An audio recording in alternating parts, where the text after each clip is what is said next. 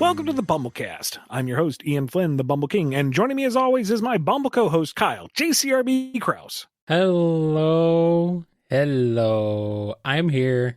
And we have many things going on, Ian. We're already halfway through the first month of 2024. That was fast. Yeah. And you know what we get every single day? Tons of questions from our patrons over at patreon.com/BumbleKast, Ko-fi.com/BumbleKast, and our YouTube members. Yes, indeed. Indeed we do. And we're going to get started off with this one here from Alphamon or Yukin. Since they're all animals, I have to know, can Mobians let out regular animal sounds under certain circumstances? For example, lanolin baaing like a sheep if she got startled. I don't know. I can't think of a time, at least in the primary series, where anybody's done that. And I would personally want to keep it that way because none of these characters act like animals. Not really, no. They're animal in like shape and name alone. When you start bringing in actual animal traits, then it becomes a little different. So, I mean, Styx kind of was badger-y a little sometimes. Yeah, but she was supposed to be kind of wild and primitive in general. Right. Yeah. She was the odd one out. Yeah. Let Whisper howl, Ian. Sonic can't roll into a ball anymore. I see how it is. Here's one from Andrew D. The question about an anti-console war got me wondering, if only the Prime universe experienced the events of the last game Cartridge Hero and the Image Comics crossover, how exactly were the kids from another dimension controlling Sonic Prime? And regardless if the Suppression Squad experienced these events or not, did they? How would things have unfolded for them in these two anti-stories? Would some brats have discovered they could manipulate Scourge? Would good kids manipulate Scourge, causing him to wonder why he's doing good? Would there exist anti-versions of the Image Comics characters who want to wreck the anti-verse, whatever that is, and stop the benevolent anti-Dr. Droid? Did the crew enjoy some good old anti-shawarma after their Avengers-like adventure? Or would that be yuck? I think we've gone too deep. By the way, this question is not about Sonic Prime, the TV show. No. I feel like we have gone beyond the stars into the darkness and the madness that lies there. We've stared into the abyss, Ian. It's staring back and going, lol. I'm staring into the abyss, and I gotta admit, I blinked. The ramifications of that one are beyond me. I don't know. You came up with a hypothetical that just absolutely broke my creative mind. Anti-console war. I feel like I'm looking at that gif of the hypercube and trying to contemplate it, but it's not working. You know what? Whatever you feel like it should be, let that be it. I tap out. You win this round. I got nothing. You broke me and we're only 2 questions in. Well, I guess this is the end of the BumbleKast. Oh, no, I'll still make noise, but... Oh, okay. Okay, good. I'm glad you'll keep making noise, because that's all I've been doing this whole time. The next BumbleKast is nothing but bike horns. Here's a question from Axis. Hypothetical question time. Let's say Sonic goes to the Soul Dimension to spend Valentine's Day with Blaze. He asks her to choose the location for the date, but it can't be any place Sonic has already visited. What kind of place do you think Blaze would pick, and what activities would they do in such a place? Feel free to come up with this hypothetical location and throw any ideas you want for this one. You won't get any mandates from me. And neither will Sonic, because Blaze is not a man, as far as I know. Mandates. I think Blaze goes into panic mode because what do you do for a date? She has no idea. What do you do for Valentine's Day? I don't have Valentine's Day on her planet, her universe. What is a Valentine? Like she's going to be struggling. She's calling in her staff for consultation. You know, what do I do? Where do we go? What do help? True. She only recently learned how to hang out with people and be nice, to be chill. We're talking full on romantic organization. No, we're out of her depth. Yeah, probably. Now she has an incredibly loyal and supportive staff, so they'll organize something grand, I'm sure. And she'll have her cue cards and she'll go through the motions and, try to stick to the itinerary. And Sonic will be patient throughout until something inevitably goes off the rails and she starts to panic because this is not according to plan. And he's like, chill. Yeah. It's fine. It doesn't have to be anything big. It doesn't have to be a big to do. I'm not big into structure anyway. You want to just hang out? We can just hang out. That's fine. Happy Valentine's. Just hang out. Sounds good to me. Butter Noodles has a question. Jet gets actual super speed and is actually faster than Sonic. How does he react? How does Sonic react? How do the other Rouges react? Well, there's only one Rouge, so I think it's supposed to be Rogues, but yes, yeah, we all make that typo every now and again. I know.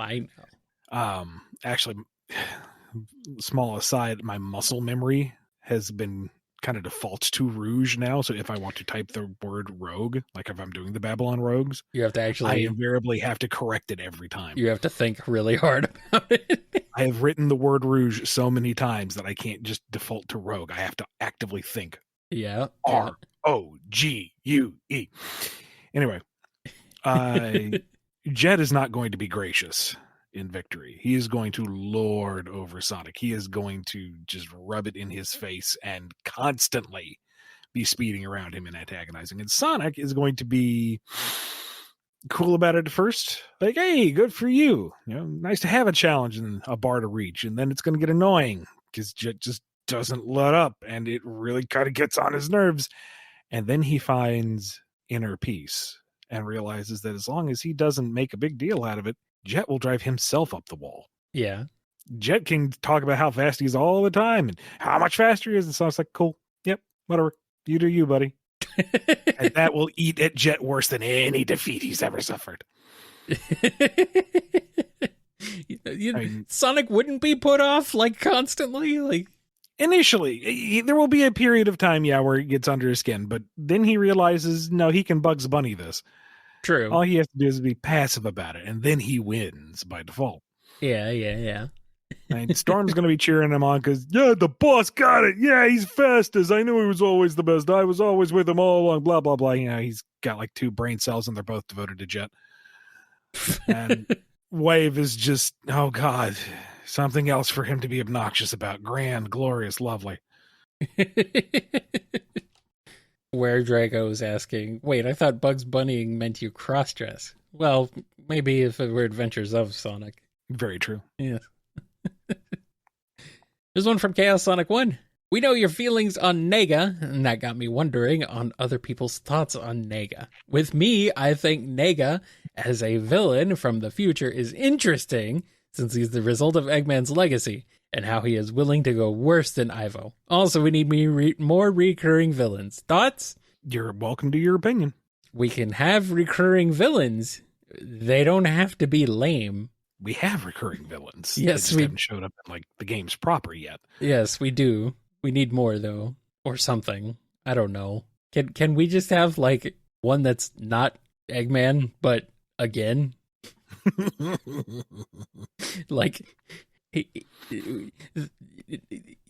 There's nothing special about Nega, other than the fact that I have to be real careful saying his name. Yeah. And I don't like it. And he's boring. But yes. Yeah. No. Cherry Heartsu has a question. When they get the ball, they won't fumble. It's football time with Rough and Tumble. Rough and Tumble learn how much money the average United Federation football player makes and decide to make their own team. First, they have to draft team members. As many or as few as you'd like, as they probably wouldn't know how many members make up an official team anyway. And thus, the Seaside City Skunks are born and make it into the league somehow. How does it go? Who do they try to draft? Do they make it to the Super Bowl? Legality be darned. Does Seaside City file a lawsuit for using their name without permission? Who is their mascot? The Skunks. They superb okay. Owl. Yes. So Seaside City actually has a team. It's just they're bottom tier, super lame. They have the bare minimum number of players to constitute a team, but all of them just kind of phone it in because they know that they're just there to fill out the season. Yeah. So Rough and Tumble take it over, no problem. but realized real quick that they are the team at this point. So they decided to recruit more. And they're sitting there and they're thinking, who can we get that's like fast and strong and, you know, enjoys hurting people? What was that one? There was that one guy they worked with at one time. Yeah, totally. So they go to Lost Hex and they recruit the Deadly Six. I mean, you know what? And initially they're like, what's wrong with you guys? It's a bad idea, but it's also a great idea. Like Zavok's like, this is stupid enough to actually have my interest. Let's see this through, just for funsies. And sure enough, they work well enough together just to defeat the enemy, and they steamroll everyone else in the league. Yeah. So it's Space Jam. Except the Monstars win. I mean, as they should. And Zavok already has the outfit for it. There you go. In Speed Battle. Perfect. Did they hire anybody else? Or is it just those 8? With those 8, that's all you really need. I mean, I guess. I guess you have the entire bench of some other team tried to tackle Zamam and ain't gonna work. I guess your entire defensive line could be Zamam. He just walks forward with his arms outstretched. Oh, Omega does have a football skin too. What team is he on? Maybe he's the mascot. Omega? And he's not going to compete because these inferior fleshy beings are not what he's designed to destroy. True. You know, you tell him that, you know, he's just firing out into the crowd and he'll eventually hit a badnik, but you just load up with t-shirts. The crowd loves it. Well, there you go. With those minigun arms, he could like outfit the entire city in about 20 minutes. It's true. I love it. All right, Chunky Pancake is here with a question. Have either of you guys gone to a Sonic Symphony show yet? If so, what was your favorite part about it? If not, which show do you see yourself attending? I saw the live stream version. Yeah, I mean, I think most of us did. But unfortunately, I don't foresee myself getting to go to one of the live shows anytime soon. Well, I already have tickets for the Phoenix show, so Enjoy. I'll be going there in June, and there might be some other people there too. Could be exciting. Here's one from Chunka. Knuckles is one of my favorite characters, especially after the Sonic movie. But a question I have had about the games since then was, where exactly did Knuckles come from? He must have had parents, but he says that he's been alone for his entire life. Does he completely misunderstand the concept of parents? Or is this a Dr. Doofenshmirtz situation where his parents never showed up for his birth? We don't know. That is the simple canonical answer. We don't know. We don't know, and we never will. We know that he is a descendant of the Knuckles civilization, and that's it. He hatched from an egg because he's an echidna. Maybe. I don't even know. Weird chow. He is kind of funky. So maybe he is. All right, here's one from CTFEologist. Is there a canonical reason as to why Eggman uses Metal Sonic time and time again, but doesn't seem to have used the other Metal fighters like Metal Tails, Metal Amy, and especially Metal Knuckles outside of their initial debuts? Since the other classic Metals presumably have Metal Sonic's pre-Heroes programming and free will with it, do they have opinions about their neglect by the good doctor? Canonical? No. Reasonable? Yes, in that we didn't get half of them until just now with Superstars. Yeah, pretty much. And if I recall correctly, Metal Sonic's return in Heroes was considered mining the deep lore at the time, to give you a sense of the mindset of Sega at the time. So it's canonical reason? No. And real life reason? They just haven't been utilized. Yeah. The canonical reason is Metal Sonic is very popular and cool, and people like him, so they keep using him instead of the other ones. Well, hey, now Metal Knuckles is freaking boss, dude. I know, but I'm so happy with Metal Tails and Metal Amy's designs, and I was not expecting a Metal Trip, but she looks great, so I want them all. Yeah, I want them all. I want their personal albums. I want them living in my house. I want them all. Gimme, gimme, gimme. Let me consume. I want them all too, Ian, but I'm just saying, like, if you walked up to a random person and said, Metal Sonic, they'd be like, oh, yeah, I know Metal Sonic. You say, like, Metal Amy, they'll be like, what? I'm just saying. Maybe. I'm just saying. Just saying. Personal challenge. Walk out into the middle of Eaton Center and say, hey, Metal Sonic. And see how many people go, yeah, I know him. People be like, what? People be like, just keep walking. Don't pay any attention to that weirdo. Here's one from Dev. I have a question about Shadow. I know Ian said Shadow needs an emerald to perform chaos control, but does that apply to his other abilities too, like his teleports, chaos sphere, and chaos blast? I think they meant to say chaos spear, but is chaos sphere a thing? Not that I can think of. Okay, I think they meant spear, but probably. Okay. I mean, watch. There'll probably be one of his techniques in Sonic Battle that's chaos sphere, and I'll look like an idiot now. But yeah. I mean, it could be autocorrect. It could be a thing. I don't know, but generally speaking, the short range teleport, his chaos snap, I think it's called. Yeah, that he can do solo, and individual chaos spears intermittently. Blast, I'm honestly not sure if that's considered more of a gameplay element than like a actual lore technique. I don't know. It's something that needs to be like nailed down and spelled out somewhere at some point by some people. Ian, you? Maybe. Maybe. And here's a last question before we take a break. It comes from Definitely Not a Worm. Okay, Mr. Flynn, I've truly tried my best to come up with the absolute strangest crossover for the Sonic series, and I haven't. Ian, if you were hired to write for a Silent Hill X Sonic crossover, what would the story be? I mean, that is pretty weird. But Silent Hill is a good zone name, I will say that. It is. Uh-huh. On the one hand, I would pay a shiny nickel to see Sonic fight Pyramid Head. Well, yeah, but I don't know. I don't even know what Pyramid Head's abilities are. Like murdering people, right? Is that what it is? I mean, he can wield a big old cleaver. Yeah. That's enough for me. I mean, hopefully he hits Sonic with it. The thing is, if I understand Silent Hill, and I could be very, very wrong because it's a spooky game, and we have established I don't do the spooky. Yeah. But it's my understanding that Silent Hill, in whatever incarnation it takes, is born from the inner demons of the protagonist. Yeah.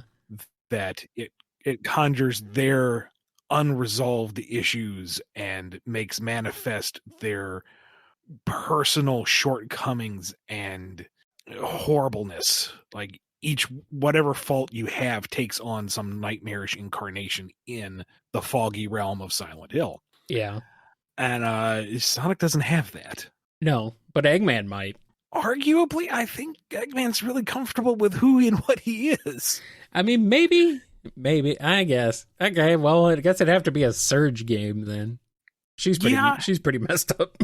She would have problems, sure. It's just Sonic himself is true to his very simple ideals and, kind of self-assured. I mean, maybe we could have him recalling the occasional times where he goofed. That time Tails got grabbed by the Deadly Six. Oh no, now he's being stalked by that kind of cyborg Tails. Maybe. Yeah. But he can feel the sunshine, man. It brightens up his day. Shadow might be one, I guess, who could work for it, but yeah, constantly looming gun soldiers around every corner, popping out of windows, big old bio lizard lurking around in the town somewhere. But we've seen Shadow's trauma so often. I know, we don't need it again. Knuckles actually could be interesting. Yeah, maybe haunted by the ghosts of all the dead that he never knew. Of his past, yeah. Of his unknown past, of his unknown everything. Sorry, I say that, and I just imagine Shadow walking into a bathroom and there's just a gigantic Gerald face staring at him. We don't need a zombie Maria. We'd get it, though. Well, we'd absolutely get it. I mean, Starline. This is another Starline isekai adventure, really. If you want to do that, it's isekai into Silent Hill. Terrifying. All right, on that frightening note, let's go ahead and take a quick break and then come back with more on the BumbleKast.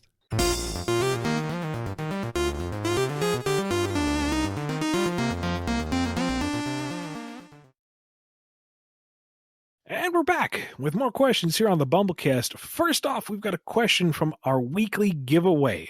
Folks who follow us on our Twitter, on our Blue Sky, on our Tumblr, on our Facebook, and anywhere else? Instagram. And our Instagram have a weekly chance to get their question answered on the show free of charge. Wow, amazing. This week, we have this one from Tumblr. This is from the CEO of Speedy the Bird. If you made a comic where Battle Cuckoo 16, aka Speedy from Tales Adventure, and the Witch Carters teamed up, how would their dynamics be? Oh, that might be fun. Because classic villains. Speedy strikes me as a character that's kind of on the ball. A little bit arrogant, a little bit villainous, sure, but he has a little bit of a code of honor, and I feel like he is a little more self-aware than some of the villains. Now, most of that is reading very much into like the one moment in adventure after Tails avoids all of Speedy's attacks and Speedy kind of regards him for a moment and then flies off. That's being incredibly interpretive, but I think that's the intention. Mm-hmm. So you have someone who is disciplined and capable and down to earth being paired with a quartet that is none of those things. And he becomes the straight foil, and that could lead to hilarity and hijinks. Yeah. Here's a question from Dewdrop. Sonic being the fastest thing alive is enough of an iconic title that it will likely never be seeded in universe, despite the many rivals fruitlessly nipping at Sonic's heels. Metal Sonic, Shadow, Surge, Scourge, Blaze, Sam Speed, he counts, and Amy, at least during the SA2 multiplayer races. Hypothetically, though, if you had to, who would you pick to take the Speedster gold medal? What do you think the reaction would be to the accomplishment? If you're going to take the principal character's title away from him... I mean, we should. Screw that guy. The immediate reaction is, oh, give it to one of the villains to make them like big and bad and scary, but that's tiresome. That wears itself out real easy. That's predictable. That's hack writing. Yeah. Give it to Tails. Good. Make it his big standout moment. This is where he steps up to the plate and Sonic has to retire or whatever for reasons. This is Tails' big moment where he finally achieves the hero status that he's longed for so long. And he reaches that peak speed just in the nick of time to save the day and defeat the villain and win the trophy and whatever. Yeah, go Tails. Let that be his Super Saiyan 2 moment, you know? Awesome. That's good. I like it.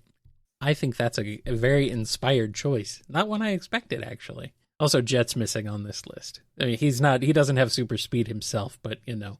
If we're counting Sam Speed, who needs a car, we can count Jet, who needs a board. If we're counting Sam Speed, literally anybody could be faster than Sonic. No, not to be fair, being able to control yourself at that speed does take a great deal of skill. True. You can't put anyone in a Formula One and set them off down the road. I mean, you could. It wouldn't end well, but you could.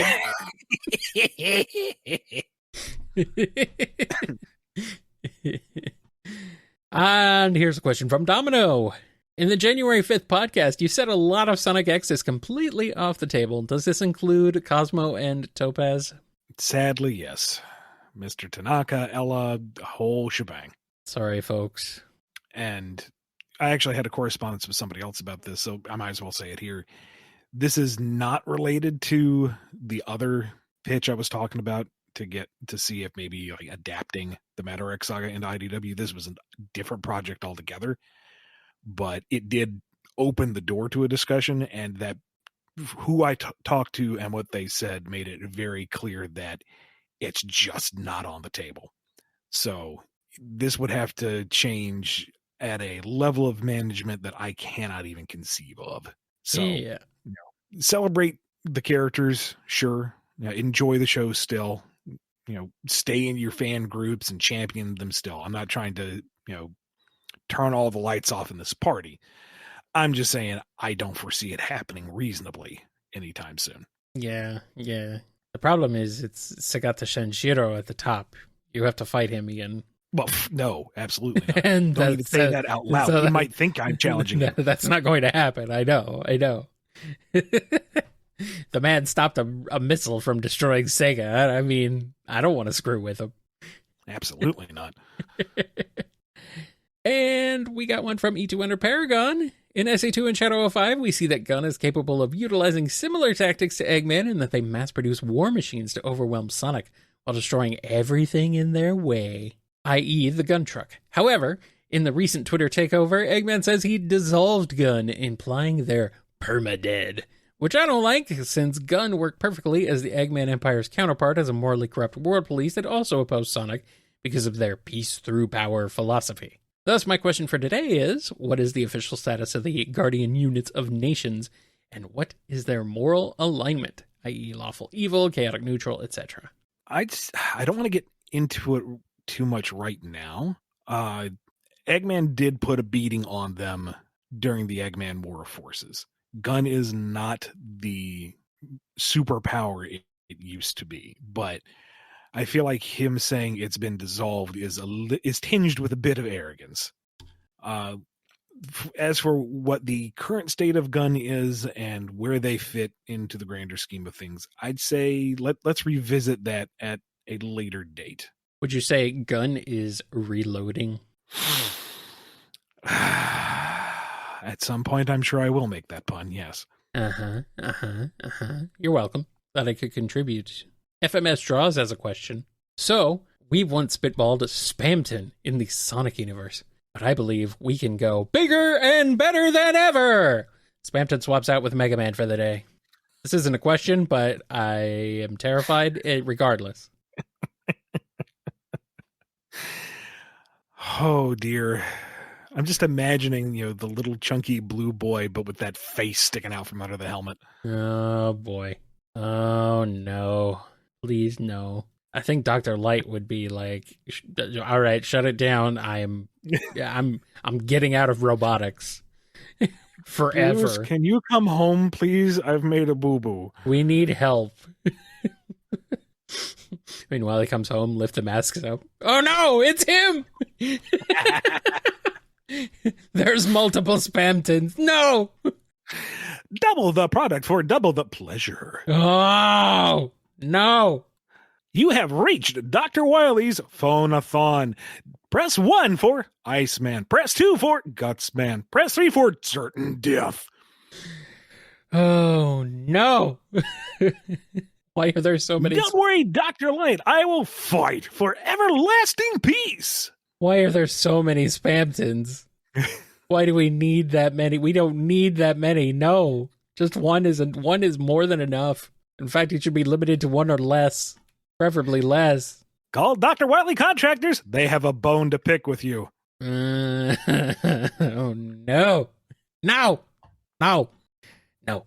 When life gets you lemons, shoot them out of your arm cannon.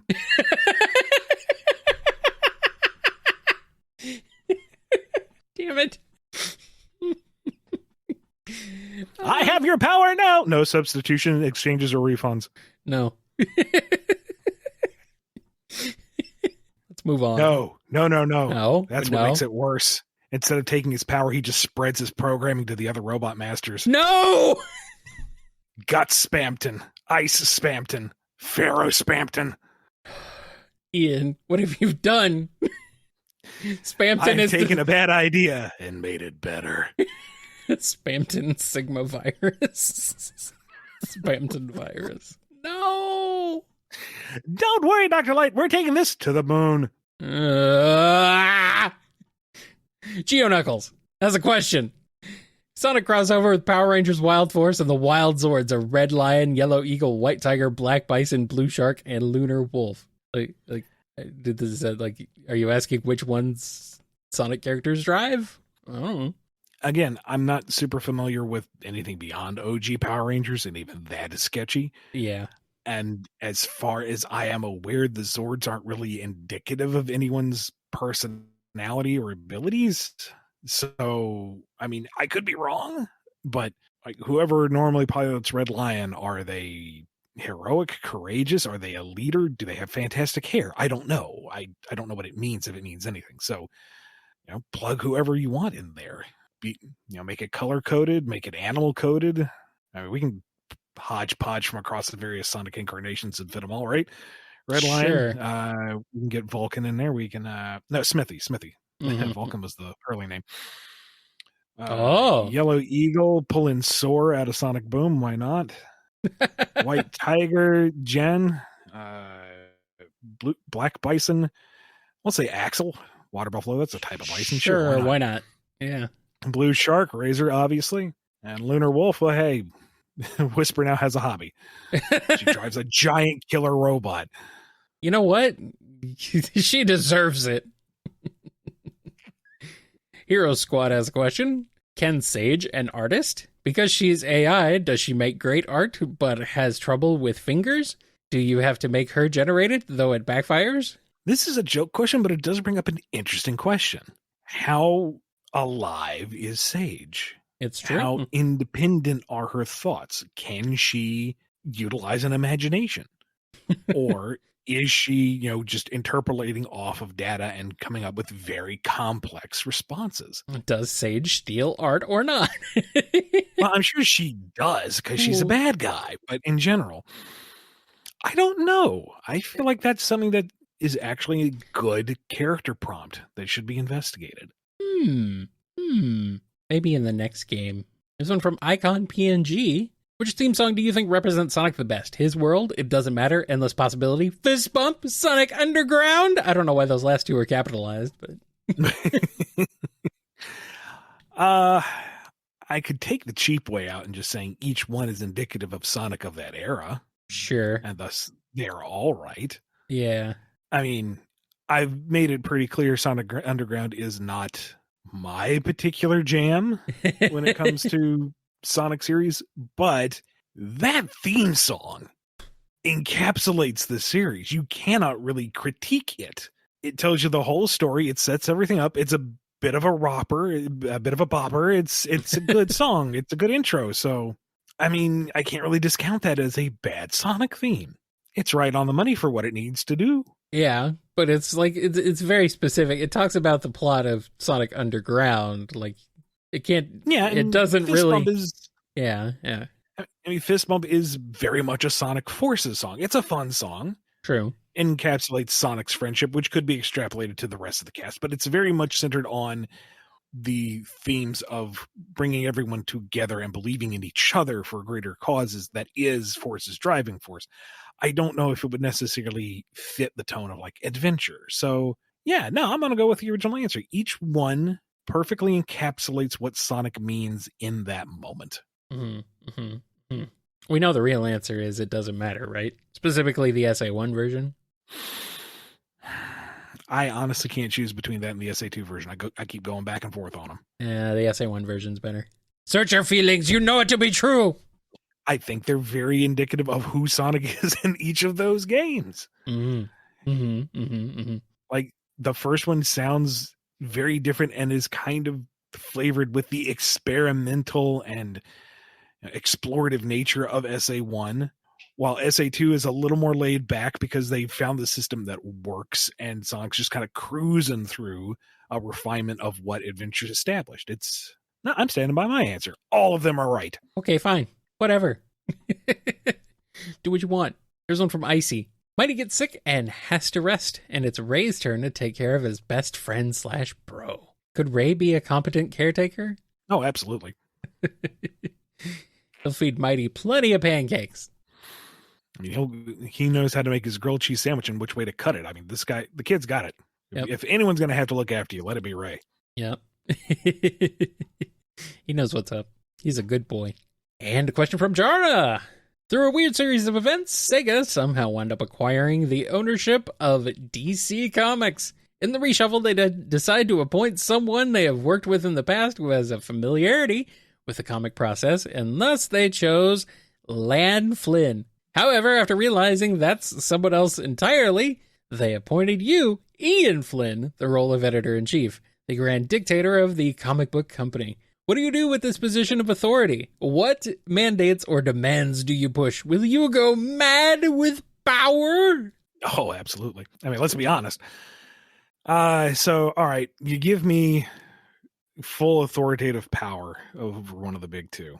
Yeah. Number one, establish a legacy line for each hero. Keep the numbering, keep the continuity, let it continue for the hardcore fans who really are invested with this train that just will not stop through all the various crises and whatever. And secure that for that market. And then concentrate on solid individual runs with established creative teams. So you get 1 year to do a Superman story, start to finish. 1 year to do a Batman story, Wonder Woman, whatever. And it is contained within its story. It abides by its rules. It is easy collect in trade and easy for anyone to just pick up, read, and put down. Yeah. It is a springboard for other interpretations of the characters into other media. It is a way to tell new and different stories without offending anyone who is really focused on what the canon is. And each story has its meaning and its purpose because it is contained within itself.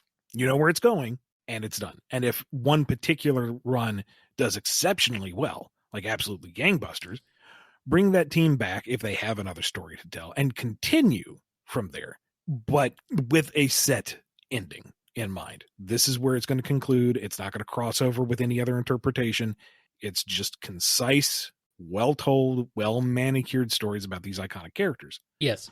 Thirdly, weekly magazine with rotating roster of artists and writers that are telling shorter stories, and put those all in rotation so that you don't have somebody trying to churn out an entire manga's worth of comic within a week. You have a rotating roster of heroes and stories and events that are printed on the cheap, black and white, put on your general shelves in your drugstores, grocery stores, wherever you can get your hands on them these days, to have a constant exposure to these characters. And these are, again, contained within just their magazine. So that Superman story that's running bi-weekly, tri-weekly, wraps up in a year or two, and then you're done. And if you want to, it's all collected in this trade after the fact. But if you want to keep it serialized, there you go. You're reading it along with it. And, oh, Superman's not coming out this week, but they've got a Green Lantern in there. Okay, well, you read that while you tide it over.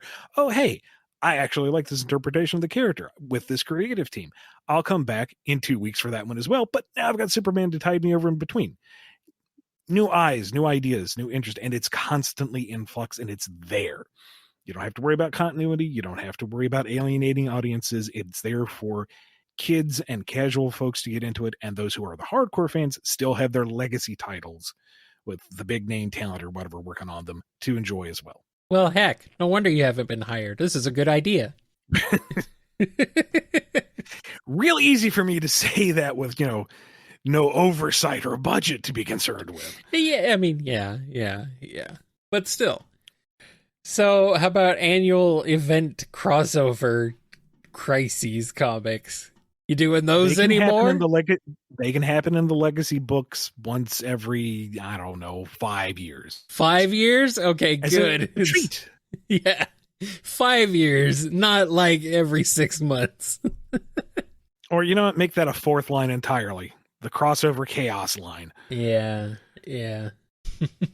Alrighty. And we got one last question on this episode from JCR1216. With the effect of the rare moon still in play, how do Knuckles, Silver, Rouge, Whisper, and Jewel flirt with Barry? Knuckles does it poorly because he doesn't know what to do. Barry just thinks they're, gym bros now because they just go out regularly. He doesn't realize that there's anything else to it. Just think he's being cool and nice, Silver is going by whatever vintage media managed to survive to his time. So he's got like a hodgepodge of like some 1920s lithographs and a couple episodes of Friends. Yeah. maybe one of those MTV shows, and it's not pretty. But he's earnest enough that it's not creepy. Barry's not really sure what he's getting at, but he's hanging her out and he's kind of cool, so I guess I can hang. It's nice, maybe. Rouge, he's seduced within 5 minutes. Let's not kid ourselves. She knows exactly what she's doing. Come on. 5 minutes? No, I was pretty sure it's like 5 seconds. She wants to savor the moment, okay? Yeah. You don't reel in the fish immediately. Oh, okay, fine. Whisper keeps her distance because she knows everyone she gets attached to eventually leaves. I was going to say, either she's completely lost or just does not even try. And Jewel is rather matter-of-fact and upfront about it. Well, heck. Just, hi there, Barry, right? Yes. I've seen you around. I would like to get to know you better. Would you like to go get a coffee? Like the most stable and natural of any of them. Well, how boring. Hey, sometimes consistency and boring is very attractive. Yes, it's true. It's true. I love Jewel. I think that's great for her. That works. All right. With that, we have reached the end of this episode of the BumbleKast. But don't worry, we'll be back on Wednesday with more. If you want your question answered on the show, head over to patreon.com/BumbleKast, Ko-fi.com/BumbleKast, or become a YouTube member. Be good to yourselves, be good to each other, and we will see you next time on the BumbleKast. Take care, everybody. Whisper and Silent Hill. God, that's a problem. You guys really, really love heaping trauma on poor Whisper. How could you do that? Getting to out-angst Shadow here, that's a problem. I know. Where's the therapy button? You've been listening to the BumbleKast, a co-production of Bumble King Comics and the KNGI Network. Original theme music composed by Ken Coda Snyder. Remixed intro by T-Lopes. Find out more information, along with podcast feeder links, MP3 downloads, and more at bumbleking.com and kngi.org.